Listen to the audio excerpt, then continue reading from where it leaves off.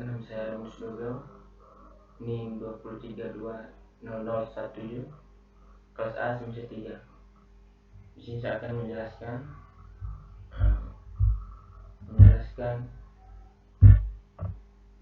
anatomi tulang ekstremitas atas atau superior.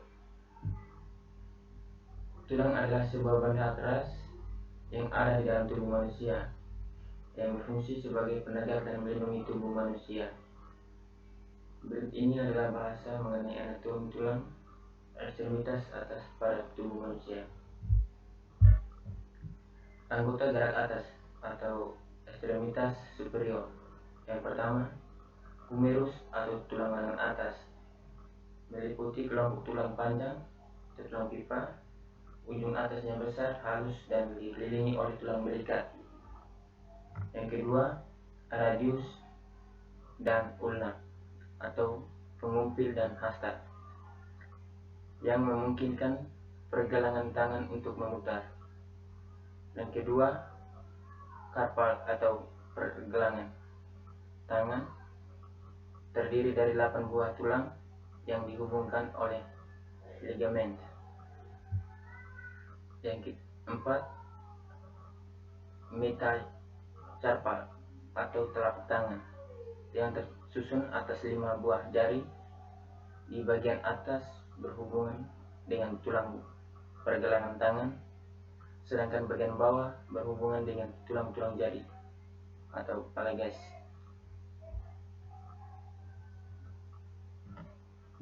Yang kelima, phalanges atau tulang jari-jari yang tersusun atas 14 tulang.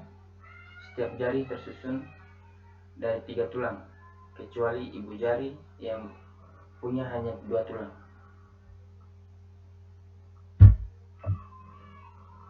Yang pertama, apakah itu osteologi? Osteologi adalah ilmu yang mempelajari tentang tulang dan berasal dari bahasa Latin, yaitu osteon atau tulang, logos atau ilmu. Dan ilmu ini dibedakan menjadi 2, yaitu osteologia generalis atau ilmu tulang umum dan osteologia spesialis atau ilmu tulang khusus. Yang kedua, nama tulang ekstremitas atas. Yang pertama, ossa cinguli ekstremitas superior atau tulang-tulang gelang bahu, dibagi menjadi 2. Yang pertama, os clavicula atau tulang selangka. Yang kedua, os scapula atau tulang belikat. Yang kedua, ossa ekstremitas superior libera atau tulang anggota gerak atas bebas, dibagi menjadi 4. Yang pertama, os brachii atau tulang lengan atas, os humerus. Yang kedua, os antebrachii atau tulang lengan bawah. Yang ketiga, os radius, tulang pengumpil. Yang keempat, os ulna, tulang hasta.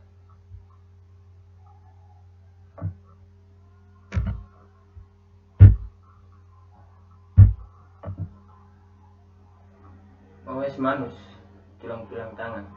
Os carpal, carpiae, tulang pergelangan tangan. Keempat, ossa metacarpal atau tulang telapak tangan. Yang kelima, ossa digitorum manus, tulang jari tangan. Ossa digitorum manusia terdiri atas 3 phalanges, ruas jari tangan, kecuali hallux atau ibu jari tangan yang terdiri atas 2 phalanges, yaitu phalanges proximal dan phalanges distal.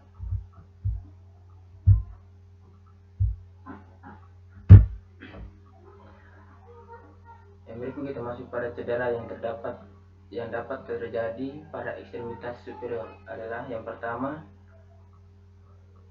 Cedera pada bahu. Cedera pada bahu sering disebabkan karena lelah, tetapi sering juga terjadi pada pemain tenis, badminton, olahraga lempar, dan berenang, atau internal violence, sebab-sebab yang berasal dari dalam. Cedera ini bisa juga disebabkan oleh external violence, atau sebab-sebab yang berasal dari luar, akibat body contact sport, misalnya sepak bola, rugby, dan lain-lain. Anatomi bahu. Cedera dapat berupa luxation atau subluxation dari artikulasi humeri. Yang kedua, luxation atau subluxation dari artikulasi acromioclaviculoris. Yang ketiga, subdeltoid bursitis atau empstrain dari otot atap bahu atau rotator cuff. Yang kedua, elbow injuries, cedera pada siku. Tulang lengan bawah dapat mengalami kelainan kongnital atau kelainan sejak lahir, yaitu yang pertama subitus valgus, yaitu kedua lengan bawah dapat merapat satu sama lain. Yang kedua, cubitus varus, biasanya karena patahnya supracondylus pada waktu kecil. Dan yang ketiga, cubitus recurvatus, terjadi hipertensi pada artikulasi cubiti. Ketiga, cacat di atas dapat menimbulkan cedera pada cabang-cabang olahraga, terutama melempar. Cubitus recurvatus dapat menimbulkan problem pada senam.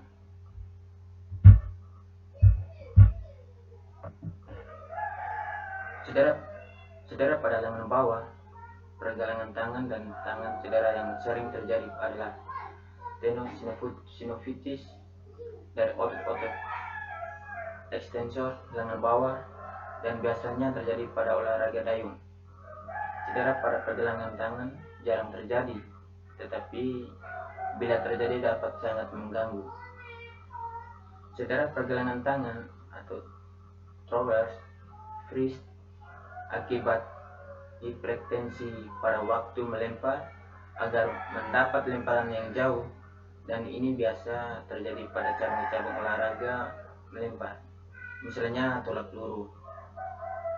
Kita sering menjumpai adanya tonjolan di daerah punggung, pergelangan tangan yang disebut ganglion, yang diduga akibat pembesaran pembungkus tendon dan berisi lendir.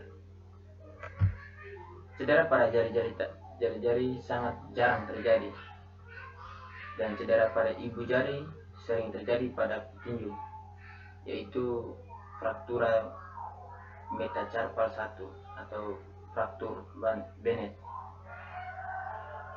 Dan dislokasi pada ibu jari dapat terjadi terutama pada body contact sport. Prinsip-prinsip dasar terjadi suatu gerakan.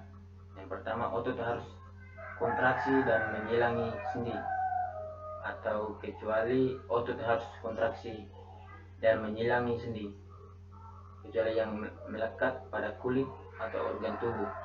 Yang melekat pada kulit atau organ tubuh.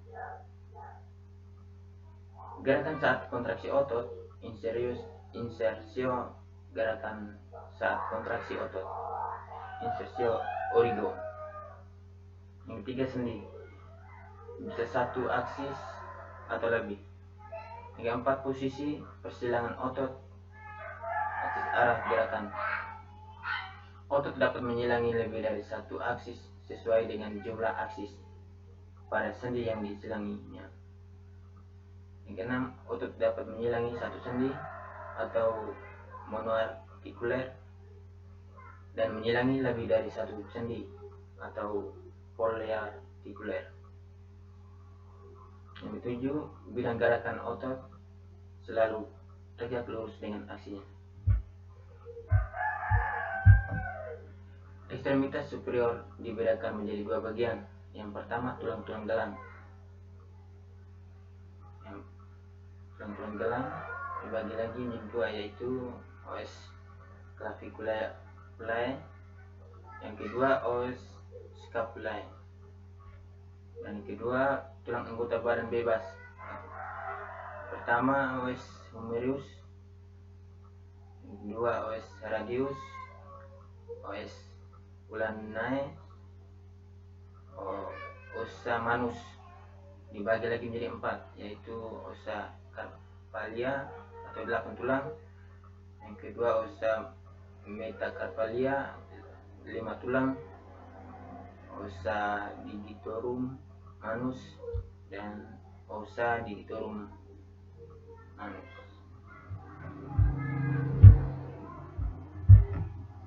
Ekstremitas bawah atau sering disebut anggota gerak adalah perpanjangan dari anggota tubuh utama, misalnya kaki, serangga yang merupakan perpanjangan dari abdomen, atau juga merupakan anggota tubuh prehensilitas atau anggota tubuh yang digunakan untuk mencengkram atau memegang,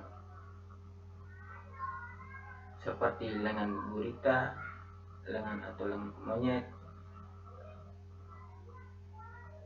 yang terdapat pada manusia atau hewan lain. Tulang-tulang ekstremitas bawah. Ekstremitas bawah terdiri dari tulang pelvis, femur, tibia, fibula, tarsal, metatarsal, dan tulang-tulang phalanx. Pertama, pelvis. Pelvis terdiri atas sepasang tulang ponggul atau hip bone yang merupakan tulang pipi.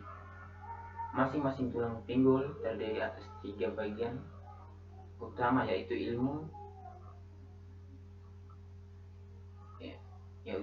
ilium, pubis, dan ischium. Ilium terletak di bagian superior dan membentuk artikulasi dengan vertebra sacrum. Ischium terletak di bagian inferior posterior, dan pubis terletak di bagian inferior anterior media. Pertemuan antar pubis dari pinggul kiri dan pinggul kanan disebut symphysis pubis. Terdapat suatu cekungan di bagian pertemuan ilium ischium pubis disebut acetabulum, atau fungsinya adalah untuk artikulasi dengan tulang femur. Yang kedua, femur.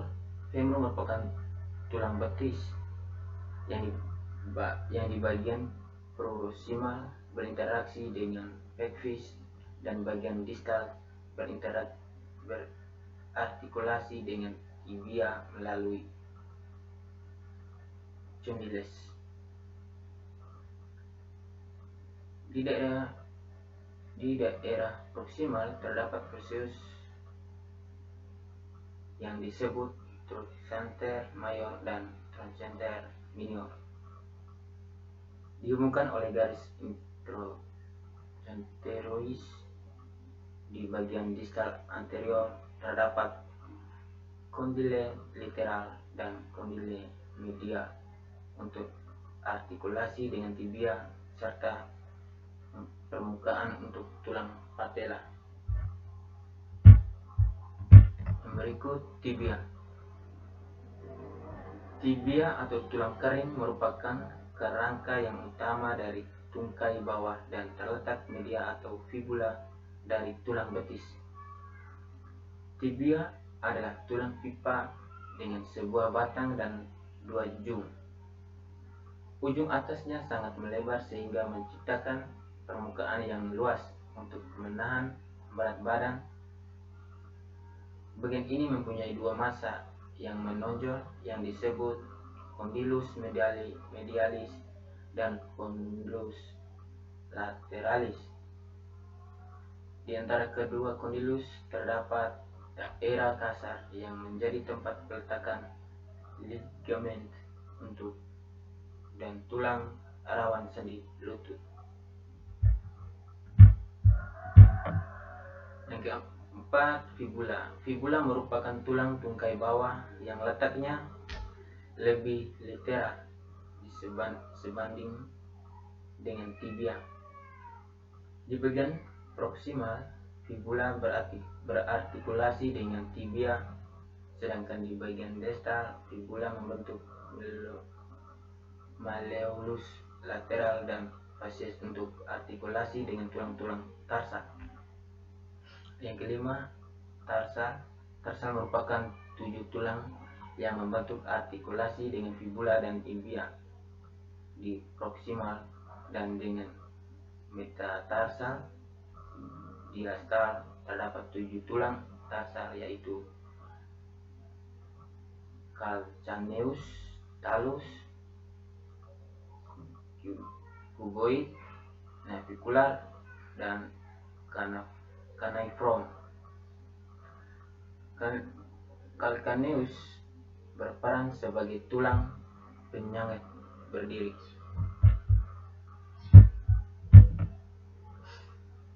Metatarsal merupakan 5 tulang yang berartikulasi dengan tarsal di proksimal dan dengan tulang phalanx di distal. Khusus tulang metatarsal, yang pertama ibu jari, kedua tulang sesamoid, yang ketujuh phalanx. Phalanx merupakan tulang jari kaki, terdapat 2 tulang phalanx di ibu jari dan 3 phalanx di masing-masing jari sisanya. Karena tidak ada sendi pelana di ibu jari kaki, menyebabkan jari tersebut tidak fleksibel ibu jari tangan. Otot dari segi olahraga permainan bola voli dan bola kaki. Yang pertama, otot dari segi olahraga bola voli. Untuk mencapai prestasi yang diinginkan dalam olahraga bola voli, maka perlu menguasai teknik-teknik dengan baik. Salah satu teknik yang menunjang yaitu smash. Untuk mencapai kemampuan smash, maka seorang harus memperbaiki kondisi fisik terlebih dahulu. Dengan kondisi fisik yang menunjang teknik dengan baik. Beberapa kondisi fisik yang menunjang kemampuan smash yaitu kekuatan dan daya ledak. Kekuatan otot lengan dan daya ledak otot tungkai merupakan kondisi fisik yang sangat mempengaruhi performa atlet dalam melakukan smash yang optimal. Dengan kondisi fisik dan teknik yang baik, maka akan meningkatkan prestasi atlet serta mengurangi tingkat atau risiko cedera dalam pertandingan yang diikutinya. Jadi, kekuatan otot lengan dan daya letak otot tungkai berpengaruh terhadap kemampuan smash bola voli.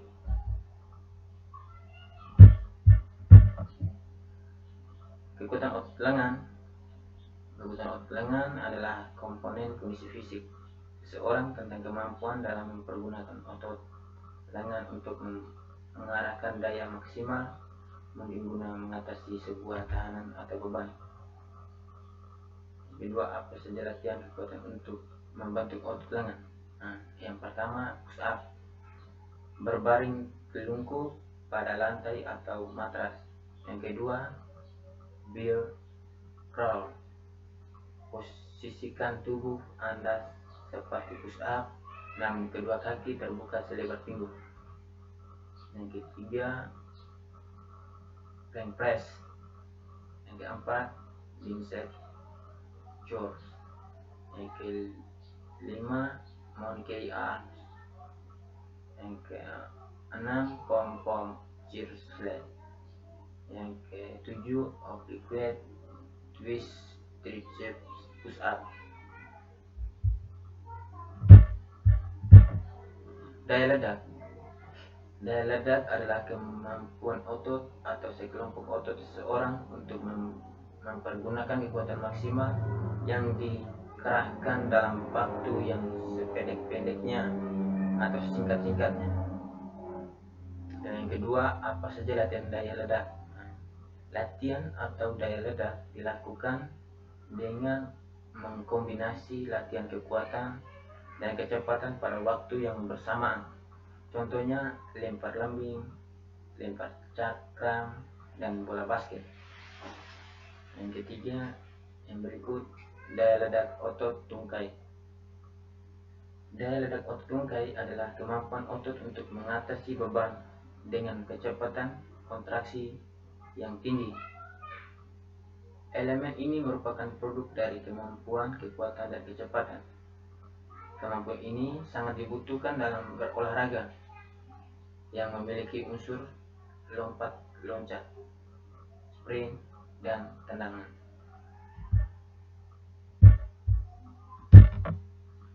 Yang kedua, otot dari permainan bola kaki. Otot tungkai, otot yang domain dipergunakan dalam mengumpan, menggunakan punggung kaki dan otot punggung kaki itu sendiri. Selain menggunakan punggung kaki dalam bermain sepak bola, pemain sepak bola juga bisa menggunakan punggung kaki bagian dalam untuk menggunakan pengoperan bola. Yang kedua, gerakan lari. Menendang dan melompat menggunakan otot quadriceps atau paha, calf betis belakang, dan psoas atau pinggul. Sepak bola tidak hanya menggunakan otot bagian kaki, tapi juga core dan tubuh bagian atas untuk menopang kestabilan permainan sepak bola yang dominan dengan cara berlari. Yang berikut, otot dari segi olahraga senam dan atletik. Otot dari segi olahraga senam, atau yang pertama, dead jump. Gerakan ini adalah gerakan senam dasar meski sederhana. Dead jump ampuh memperkuat otot kaki dan mengencangkan otot tubuh bagian bawah. Gerakan ini diawali dengan berdiri dengan kaki terbuka selebar bahu, tekuk sedikit ke lutut, terapkan posisi squat, lompat dan tarik kedua lutut ke arah dada. Setelahnya, mendaratlah dengan kedua kaki terbuka selebar bahu. Ulangi selama 30 detik. Yang kedua, V-up. Gerakan ini melatih kekuatan dan kelenturan otot dengan gerakan senam untuk melatih otot perut, pinggung, hingga paha. Cara melakukannya, tidur terlentang dan rentangkan tangan ke atas kepala. Rapatkan dan angkat kedua kaki sampai mengangkat tubuh bagian atas dari lantai sampai menyentuh jari-jari kaki. Setelahnya, turunkan kaki dan tubuh secara perlahan hingga posisi semula. Ulangi selama 30 detik. Yang kedua, otot dari segi olahraga atlet. Yang pertama, squat. Gerakan ini melatih keseimbangan tubuh. Cara melakukannya, yang pertama kali biasanya tubuh goyah dan tidak garang jatuh. Namun, kalau sudah terbiasa melakukannya, tambahkan beban seperti dumbbell atau dumbbell yang dipegang di depan dada. Yang kedua, lunge. Gerakan ini melatih menguatkan otot bagian paha belakang. Cara melakukannya, membuat satu langkah panjang lalu menurunkan tubuh ke bawah. Usahakan posisi tubuh tetap lurus. Yang ketiga, plank. Gerakan olahraga ini dapat menjamak otot-otot dalam tubuh, contohnya lengan, bahu, punggung, perut, dan paha.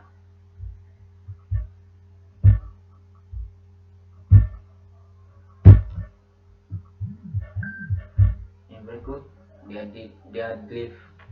Gerakan ini cukup menjadi favorit karena cukup ampuh untuk melatih otot tubuh bagian bawah. Selain itu, deadlift juga bisa membuat pinggang lebih kuat untuk menjaga keseimbangan saat berlari. Yang kedua, box jump. Gerakan ini adalah daya ledak tubuh. Caranya melakukan box jump itu gerakan melompat ke tempat yang lebih tinggi atau biasanya dengan box. Gerakan ini membuat semua anggota tubuh untuk bergerak bersamaan. Otot dari segi olahraga bela diri dan renang. Otot dari segi bela diri menjaga kesehatan kardiovaskular. Dalam melakukan olahraga bela diri ini perlu tenaga yang kuat dalam melakukan setiap gerakannya. Hal tersebut membuat letak jantung untuk meningkat. Secara otomatis daya tahan kardiovaskular pun bisa lebih sehat dan terhindar dari penyakit jantung. Yang kedua, memaksimalkan fokus dan respon. Selain membutuhkan tenaga yang kuat, bela diri juga menuntut orang untuk bisa lebih fokus, konsentrasi, dan memiliki gerakan respon yang cepat. Nanti ada pelatihan yang disebut dengan attention state training yang berfungsi menajamkan konsentrasi sehingga bisa lebih fokus. Otomatis respon dan koordinasi antara otak dengan gerakan tubuh bisa lebih maksimal. Tubuh lebih lentur. Gerakan yang ada dalam olahraga ini seperti tendangan tinggi, lemparan, serta gerakan akrobatik mampu meningkatkan fleksibilitas tubuh seseorang. Risiko tubuh mengalami cedera pun bisa dicegah. Tubuh jadi lebih lentur dan tidak mudah cedera. Yang kedua, mengatasi stres. Bela diri bisa juga mengatasi masalah stres. Orang yang rutin melakukan bela diri ini tingkat stresnya akan menurun dan bisa menghindari gejala depresi. Hormon endorfin akan terlepas karena adanya aktivitas fisik dari olahraga ini. Suasana hati yang buruk pun bisa berubah menjadi lebih baik. Yang ketiga, olahraga total tubuh. Jenis olahraga ini menuntut semua anggota tubuh bergerak sampai semua ototnya. Hal ini bisa meningkatkan stamina tubuh, massa otot, menambah kekuatan otot, menyeimbangkan diri, serta bisa memperbaiki mood juga. Dapat dikatakan olahraga ini merupakan olahraga total untuk tubuh seseorang.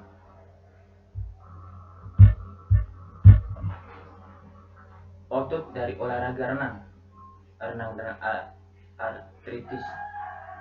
Artritis adalah kondisi di mana sendi meradang dan sangat nyeri sehingga sulit digerakkan. Ketika berenang, sekitar 90% berat badan disupport oleh air sehingga beban tubuh pada sendi berkurang dan membantu mengurangi nyeri sendi ketika digerakkan. Renang juga mengurangi risiko artritis lebih lanjut dengan memungkinkan penderitanya untuk mempertahankan kekuatan otot dan struktur sendi yang normal. Renang dan nyeri lutut. Berenang dapat menguatkan otot di sekitar lutut dan membantu meringankan gejala. Selain beban berat badan yang dapat disupport, air memberikan tahanan yang lebih besar dibandingkan udara, sehingga ketika kita bergerak dalam air, otot akan bekerja lebih kuat. Nah, kedua, manfaat olahraga berenang untuk otot dan sendi. Yang pertama, menguatkan otot dan memperbaiki tonus otot. Yang kedua, memperbaiki keseimbangan dan fleksibilitas. Yang ketiga, memperbaiki kesehatan jantung dan paru. Yang keempat, melindungi sendi. Yang kelima, mencapai dan mempertahankan berat badan ideal. Yang keenam, mencegah jatuh. Yang berikut, otot dari olahraga renang. Renang dan artritis.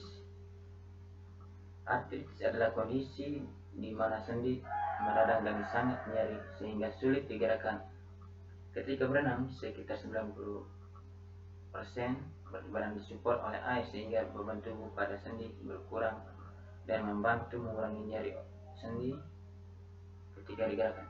Renang juga mengurangi risiko berlebih lanjut dengan memungkinkan penderitanya untuk mempertahankan kebutuhan otot dan struktur sendi yang normal.